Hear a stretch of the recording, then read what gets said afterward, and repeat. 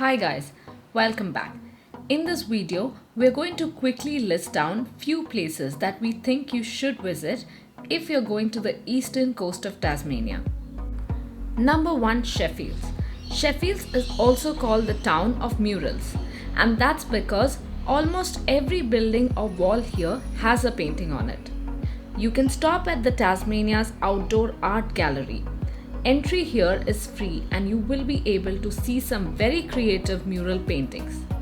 There is also an annual mural painting festival for which many artists come. It is just going to amaze you how innovatively a subject is turned into art. If you're in this part of Tasmania around December-Jan, don't forget to stop at one of the many lavender parks here. Check into the Bridestove Lavender Park, which will take almost 2 hours to reach from Sheffield.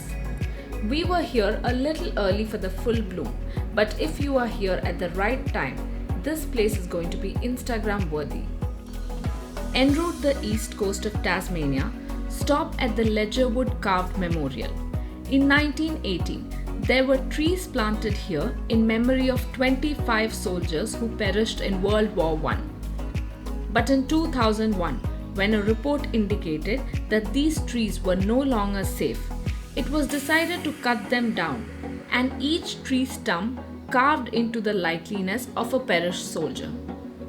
2 must-stop locations in the east coast of Tasmania is the Bay of Fire, a natural phenomena where you can see big granite boulders covered with orange lichen, and the other is the Bicheno Blowhole.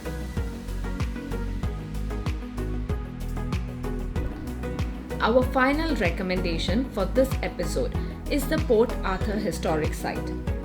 It will cost you $40 per person for a regular ticket, which will get you 45 minutes of guided tour and 20 minutes of harbour cruise. Most of the main building in this premise is in ruins, and whatever is left is restored by the government to some extent. What really interested us here is the separate prison.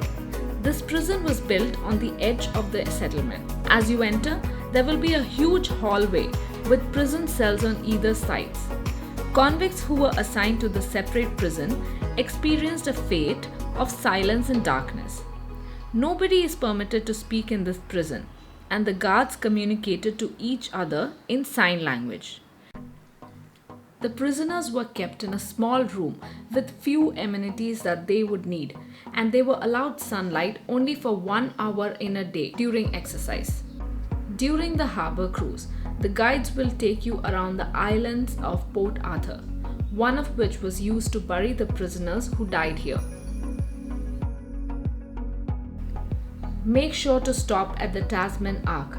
It is an impressive tall natural bridge with waves passing in and out. So guys, that's the end of our 6-day road trip in Tasmania. We had a wonderful time. Hope you guys also enjoyed watching it. You guys know the drill. Subscribe to our channel if you haven't done already. Also share it with your friends and families if they will be interested or are planning a trip to Australia anytime after the COVID restrictions are released. So thank you so much for sticking with us till the end. So till then, ciao bucks. Bye bye.